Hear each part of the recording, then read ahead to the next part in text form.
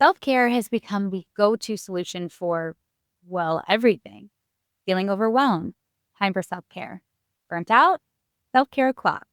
Just bored, that's a job for self-care. We've been sold the idea that feeling better is the goal. Comfort equals progress. But there is a big difference between feeling better and getting better. And a lot of what we call self-care doesn't make that distinction. Suddenly, junk food becomes treat yourself. 3 hours of Netflix becomes a mental health break, and avoiding hard conversations is protecting your peace. We say, I'm taking care of myself, but is it actually helping? Or is it just a trendy excuse to avoid what we don't want to feel? Especially when you're starting over and everything feels uncertain. That's when the craving to just feel better gets loudest. And the most seductive lie you'll hear is, you deserve this. We slap a hashtag self-care sticker on anything we want to do anyway and call it healing. But here's the thing. When you're reinventing your life, comfort isn't always your friend. Because the version of you you're trying to become, she can't be built on the habits of the person you're leaving behind. Now, don't worry, this video isn't about quitting snacks or canceling Netflix. It's about learning the difference between what soothes you and what serves you, between the kind of self-care that keeps you stuck and the kind that sets you free. And the first step, honestly, it's just noticing. Noticing when you're calling something self-care, but deep down you know it's just avoidance. Noticing when your comfort routine leaves you feeling more drained instead of restored. Now, you don't have to give it up. You don't have to be perfect. But when you become aware, you create choice. And choice is everything during a reinvention. A couple of years ago, I moved from Austin to Tulsa because apparently starting over is my favorite hobby. I left behind the city I loved, my friends, and a relationship that suddenly became long distance. I was so overwhelmed, and all I wanted was comfort, something to turn my brain off from all of the what ifs and all of the what the F's. So I poured some wine, grabbed my favorite snack, and I started watching Bravo's Southern Charm from the beginning. 10 seasons in 3 months. It's horrifying, I know. But honestly, I loved it in the moment. But in all the other moments, I felt bloated and anxious and guilty, a classic shame spiral trifecta. It kept me company, but not in a way that actually made me feel less alone, just in a way that helped me ignore it.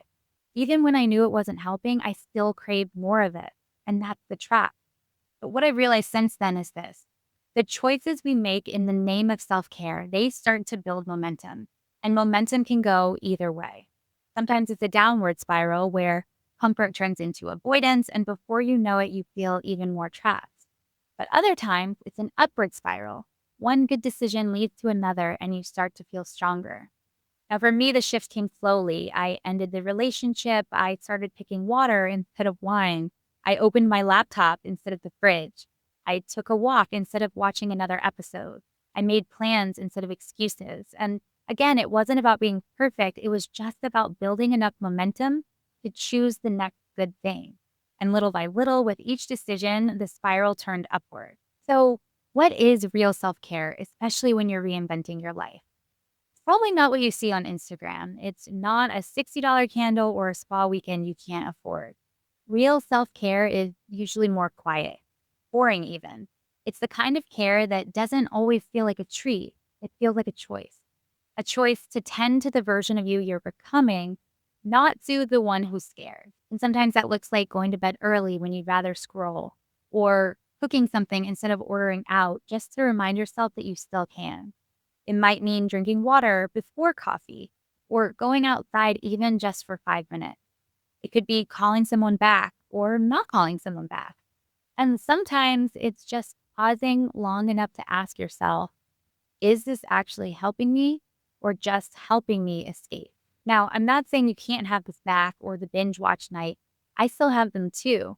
But what I'm saying is this. Self-care isn't about what looks good or feels easy. It's about what leaves you feeling more like you, clearer, stronger, more steady in who you are and where you're going. So if you're in the middle of a reinvention or a fresh start, be gentle with yourself, but also be honest. Not all rest is restoration, and not all comfort is care. And not everything you deserve is what you actually need. Give yourself the kind of care that helps you grow. And if that feels hard sometimes, just remember, you're not alone. I believe in you. Thanks for watching.